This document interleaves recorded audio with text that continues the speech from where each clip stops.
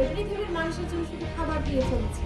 মানে আমরা এর স্বাস্থ্যটা যদি রক্ষা না করি, আগামীতে আমাদের দেশের কৃষি ব্যবস্থা ধ্বংস হয়ে যাবে। যার কারণে কৃষকরা সবসময় চিন্তা করে যে লাভজনক ফসল কোনটা।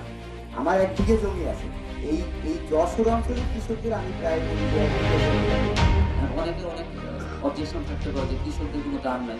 হ্যাঁ, এটা সঠিক, দাম দিতে চায় না, কিন্তু আসলে খাবার বন্ধ হয়ে যায় তখন এসির বসে থাকা লাগবে না। কৃষক বললেন যে কোথায় আমার পাক করতে হবে, কোথায় আউটকাম করতে হবে, এটা উনি যদি বুঝতে পারেন সেটাই আমাদের সাকসেস, যে আমরা আউটের সফলতা। এর পেছনে স্যার আমাদের যে বিষয়টা আসে সেটা হচ্ছে আমাদের প্রণোদনা এবং হচ্ছে স্যার শুধু আমাদের না পাট।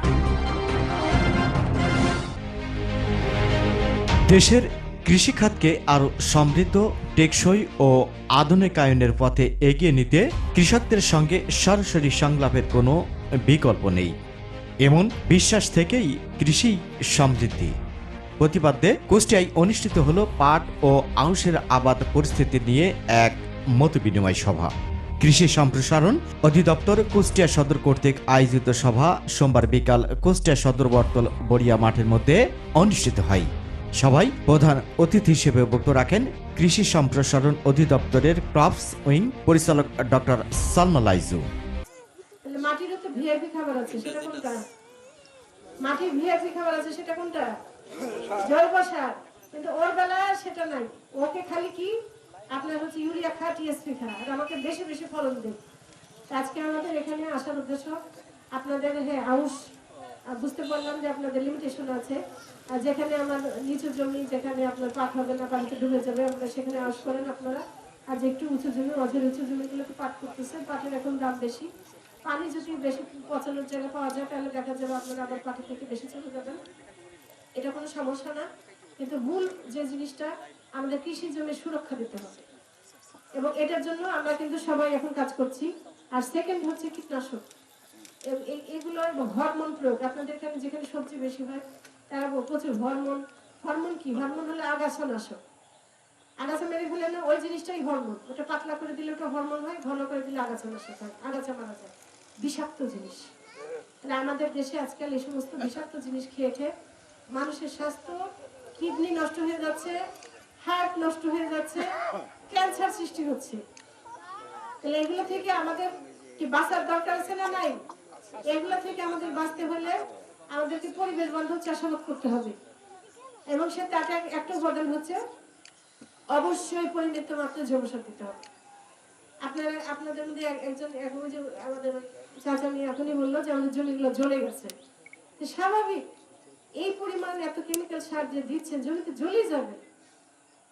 ঠিক আছে, জমির তো একটা সহ্য মাত্রা আছে। আর আপনারা বলেন যে এই মাটি তো আর এখন তৈরি হয়নি, আজ থেকে না জানি কত লাখ লাখ বছর আগে তৈরি হয়েছে, এবং এই পৃথিবীর মানুষের জন্য শুধু খাবার দিয়ে চলেছে।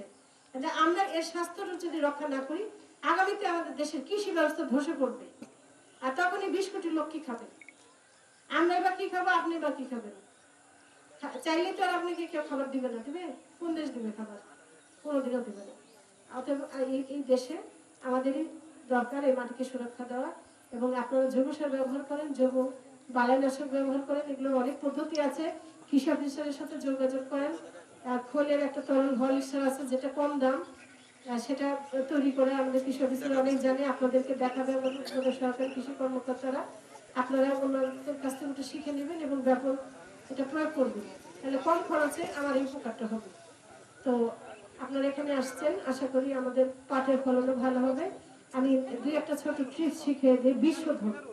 আপনারা যখন যে কোনো বীজ লাগাবেন, বীজটা শোধন করে নেবেন। শোধন মানে কি? মানে বীজটা হলো এখানে যে জীবাণু আছে একটু মেরে ফেলার চেষ্টা করা। হ্যাঁ, এখানে পোকার ডিম থাকতে পারে উপরে, সেগুলো মেরে ফেলা একটা খুবই সোজা পদ্ধতি। 1 কেজি বীজের জন্য 100 গ্রাম রসুন, এই যে রসুন খাইয়ে রসুন বেটে মিহি করে নেবেন, নিয়ে যে পাটের বীজটাই, তাহলে 1 কেজি বীজের সাথে 100 গ্রাম রসুন মিহি করে বেটে নিয়ে ওটা পাঁচের বীজে মাখাবেন, সুন্দর করে মাখাবেন। মাখায় একটু আলো হালকা আলোতে এটা রেখে দেবেন যাতে একটু শুকিয়ে যায়। তারপরে সম পরিমাণ শুকনো ছাই এটার সাথে মিশিয়ে গুলে দেবেন, তাহলে এখানে অনেক রোগ জীবাণু মারা যাবে। ঠিক আছে। আবার যখন সবজির বীজ যেগুলো ভিজে রাখতে হয় পানিতে, এগুলো যখন আপনি লাগাবেন, সেটা ডাঁটা হোক, বেগুন হোক, যে কোনো হোক, একটু গরম পানি নেবেন, যে গরম পানিতে যে হাতে সহ্য হয় এরকম গরম পানি নেবেন। তার মধ্যে যে রসুনের রস দিবেন আর হচ্ছে হলুদের গুঁড়ো দিবেন। তার মধ্যে বীজগুলো ভিজিয়ে রাখবেন, কোনোটা 4 ঘন্টা, কোনোটা 8 ঘন্টা, আপনারা তো জানেন। ওটার মধ্যে ভিজিয়ে রাখবেন এবং এটা পানি থেকে উঠাবেন, উঠে একটু গায়ের পানিটা শুকিয়ে নিয়ে সাইড সহকারে গুলে দেবেন।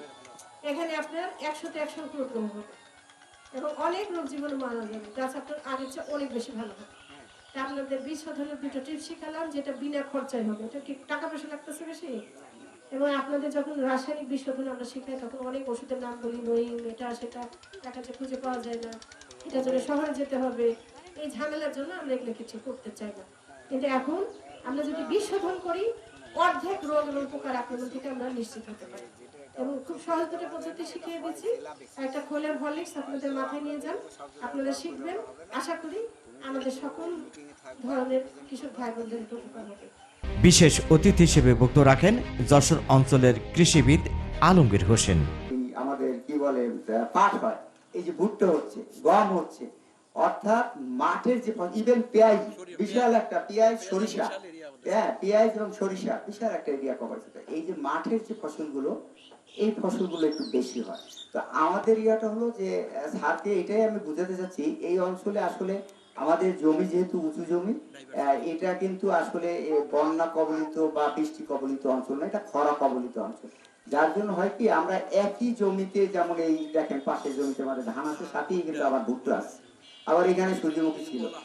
এই যে এই একই জমিতে, ইভেন আমরা যদি মেহেরপুরের দিকে যাই, ধান গাছের মধ্যে কলা গাছ, মানে ধান চাষ করতে মধ্যে কলা লাগাই দিয়েছে, ধান একসময় হাটের সাথে কলা উঠে। এই যে আমরা এটা কিন্তু আমাদের বিশেষ করে দক্ষিণবঙ্গে বরিশাল বেল্টে অথবা আমাদের খুলনা অঞ্চলে এটা আমরা চিন্তা করতে পারি না। এইখানে এই ভেরিয়েশনটা বা আমাদের যে বৈচিত্র্যটা এত বেশি, যার কারণে কৃষকরা সবসময় চিন্তা করে যে লাভজনক ফসল কোনটা। আমার 1 বিঘে জমি আছে, এই যশোর অঞ্চলের কৃষকদের আমি প্রায় বলি যে 1 বিঘা জমি থাকলে তার ওই 1 বিঘা জমি থেকে তো 3 লাখ টাকাও ইনকাম করা সম্ভব।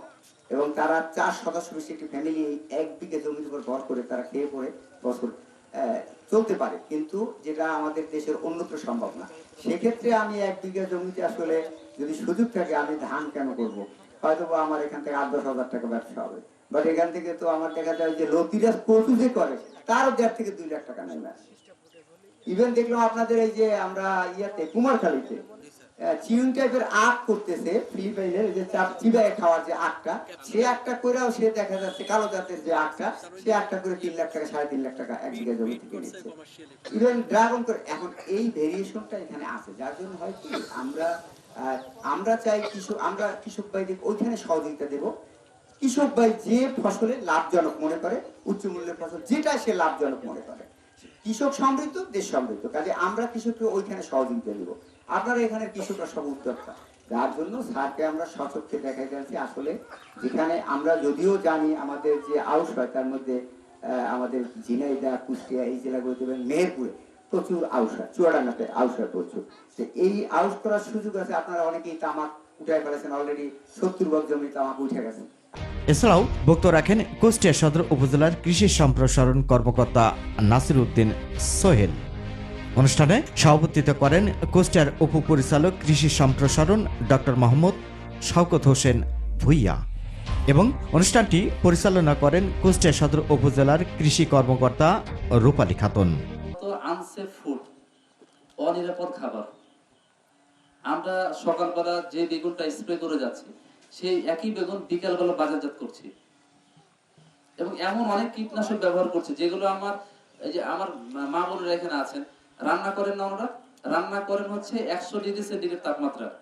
অনেক কীটনাশক এরকম আছে যেগুলো আমার 200 মরে না, 200 ধ্বংস হয় না। তাহলে আপনি স্বাস্থ্য সচেতন থেকে কি করবেন? আলটিমেটলি লাভ আছে কি? আপনি হয়তো মনে করছেন যে আমি বাজার থেকে নিয়ে আসছি ফ্রেশ সবজিটা খাচ্ছি, কিন্তু ওই সবজির মধ্যে যে বিষ আছে, কাঁচামরিচের মধ্যে যে আপনার বালাইনাশক কেমিক্যাল ঢুকে আছে, এটা তো আপনি দেখতে পাচ্ছেন না। তো এই সচেতনতা কি এসি রুমে বসে থাকা লোককে করলে চলবে? বলে চলবে কি? উনি কি আবাদ করেন? আপনারা কিন্তু আবাদ করেন। আপনাদের মাধ্যমে একটা জাতি পুরো ধ্বংস হতে বাধ্য, আবার আপনাদের মাধ্যমে একটা জাতি গড়তেও বাধ্য। অনেকের অনেক অবজেকশন থাকতে পারে যে কৃষকদের কোনো দাম নাই। হ্যাঁ, এটা সঠিক, দাম দিতে চায় না, কিন্তু আসলে খাবার বন্ধ হয়ে যাক, তখন আর এসি রুমে বসে থাকা লাগবে না কাউকে, ঠিকই মাঠে আসতে হবে। তো এই জন্য আমি চাই যে আপনারা সচেতন হন। যে মাটির কথা বললাম, ধরেন আমি যদি একটা উদাহরণ দিই, আমি সবসময় এটা দিয়ে থাকি যে মাটি হচ্ছে আমাদের মায়ের মতো। একজন সুস্থ মা বা সবল মা থেকে যেমন সবল সন্তান হয়, ঠিক মাটি যদি সবল হয়, সেই মাটি থেকে সবল ফসল হয়। কিন্তু মাটিতে 4টি ভাগ থাকে, 4টা। জৈব পদার্থ থাকতে হবে, খনিজ পদার্থ থাকতে হবে, পানি থাকতে হবে, আর বায়ু থাকতে হবে। প্রপার ওয়েতে না থাকলে পরেই কিন্তু মাটির স্বাস্থ্য দুর্বল। আমাদের ম্যাক্সিমাম মাটির স্বাস্থ্য হচ্ছে অত্যন্ত দুর্বল। কারণ কি? আমরা জৈব সার ব্যবহারটা ছেড়ে দিয়েছি। আমাদের কুষ্টিয়া জেলায় এই বছরে আমরা যে লক্ষ্যমাত্রা 29,800, এর থেকে আমরা প্রায় 100 হেক্টর এবার লক্ষ্যমাত্রা বৃদ্ধি করা হয়েছে। আমরা আশাবাদী যে অনুকূল আবহাওয়া এবং বৃষ্টিপাত এবং যে দ্বিতীয় প্রকল্পের যে পানির প্রাপ্যতা, সেটা ঠিক থাকলে আমরা আমাদের যে লক্ষ্যমাত্রা ছাড়িয়ে যেতে পারবো। আরেকটি বিষয় যে এখানে পাট আবাদের কথা বলা হয়েছে, স্যার আপনি দেখতেছেন যে কুষ্টিয়া জেলা ফসলের যে ডাইভার্সিটি অত্যন্ত মানে অত্যন্ত ভেরিয়েটেড। বিশেষ করে আমরা আজকে এখানে যে বসে আছি, একটু সামনে আগালেই এটা কিন্তু একটা মশলা গ্রাম। এখানে অনেক ধরনের মশলা চাষ হয়, বিশেষ করে যে তেজপাতা, জিরা। এই মৌসুমে সফল বছর এখানে জিরা আবাদ হয়েছে। আমরা বিভিন্ন প্রিন্ট এবং ইলেকট্রনিক মিডিয়াতে এটা প্রচার হয়েছে। তো আরো অনেক ধরনের মশলা এখানে হয়ে থাকে, পেঁয়াজ, রসুন। তো এইখানে এই ভেরিয়েশন ফসলের মধ্যে আজকে যে আউশ এবং পাট চাষের যে চ্যালেঞ্জ গুলো আছে, সেই জিনিসগুলো যদি আপনারা বুঝতে পারেন, বিশেষ করে একজন কৃষক বললেন যে কোথায় আমার পাট করতে হবে, কোথায় আউশ ধান করতে হবে, এটা উনি যদি বুঝতে পারেন, সেটাই আমাদের সাকসেস। যে আসলে আউশের সফলতা বা আউশের জমি বা পাটের জমি, সেটা যদি আমরা আলাদা করে যে ডিফাইন করতে পারি, আমি মনে করি এটা অত্যন্ত গুরুত্বপূর্ণ একটা বিষয়। কারণ সব জায়গাতে আউশ করলে, সব জায়গাতে পাট করলে কিন্তু সেটা সুইটেবল হয় না। বিশেষ করে পাটের যে ভিজানো চাক দেওয়া, এই বিষয়গুলো গুরুত্বপূর্ণ। আরেকটা বিষয় আছে যে জমির যে উর্বরতার কথা আসছে, আমাদের এখানে কৃষকদের একটা পজিটিভ দিক আছে। হ্যাঁ, সব এখানে প্রায় সব কৃষকের জমিতে কিন্তু ওরা গবাদি পশু আছে। তো আমি যেটা বলে থাকি, মাঠ পর্যায়ে গেলে অনেক সময় চোখে পড়ে যে ভুটে তৈরি করে যে জ্বালানি। আমি বলি যে আপনি এটা করেন না, প্রয়োজনে আমরা আপনাদেরকে এগুলো কিনে আমরা জৈব সার তৈরি করতে দেবো। কারণ এটা আমাদের খুব দরকারি, জমি স্বাস্থ্য নষ্ট হয়ে যাচ্ছে। জ্বালানি কিন্তু বিকল্পভাবে মানুষ গ্রহণ করতে পারে, কিন্তু জৈব সার কিন্তু আমি গোবর নষ্ট করলে আর তৈরি করা খুব কঠিন হয়ে যায়। গোবরটা একটা গুরুত্বপূর্ণ জিনিস, এবং এটা আমরা যদি এখন থেকে চিন্তা করি যে না, জৈব সার গোবর তৈরি করার জৈব সার করার জন্য আমরা গোবরগুলোকে ব্যবহার করব। আর জ্বালানি কিন্তু বিকল্প অনেক উৎস আছে, তাই না? এই বিষয়গুলো আমাদেরকে মাথায় রাখতে হবে যে জমির স্বাস্থ্য আমরা নষ্ট করতে পারবো না। আজকে আমাদের এখানে যে বিষয় মত বিনিময়, যে আউশ এবং পাট আবাদটা যাতে সফল হয়। 1790 হেক্টর, কিন্তু এবারে স্যার আমাদের প্রায় হচ্ছে 5550 হেক্টর জমিতে স্যার আবাদের সম্ভাবনা রয়েছে, এবং অলরেডি স্যার আমাদের 4708 হেক্টর জমিতে স্যার আমাদের অর্জন হয়েছে।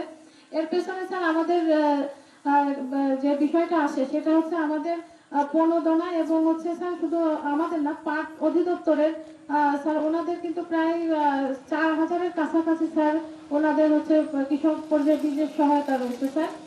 এবং হচ্ছে পাটের গত বছর স্যার মানে লাভবান হওয়ার কারণে কৃষকরা স্যার পাট আবাদে স্যার অত্যন্ত বেশি অগ্রগামী হয়েছেন এবারে স্যার। কৃষক, কৃষানি ও কৃষি কর্মকর্তাদের এক আন্তরিক মিলন মেলায় রূপ নেয় এক মত বিনিময় সভা। তাদের স্বতঃস্ফূর্ত অংশগ্রহণের মাধ্যমে মাঠ পর্যায়ের বাস্তব অভিজ্ঞতা তুলে ধরেন উপস্থিত কৃষকদ্বয়। Mohammad Rafiq, RK News 20।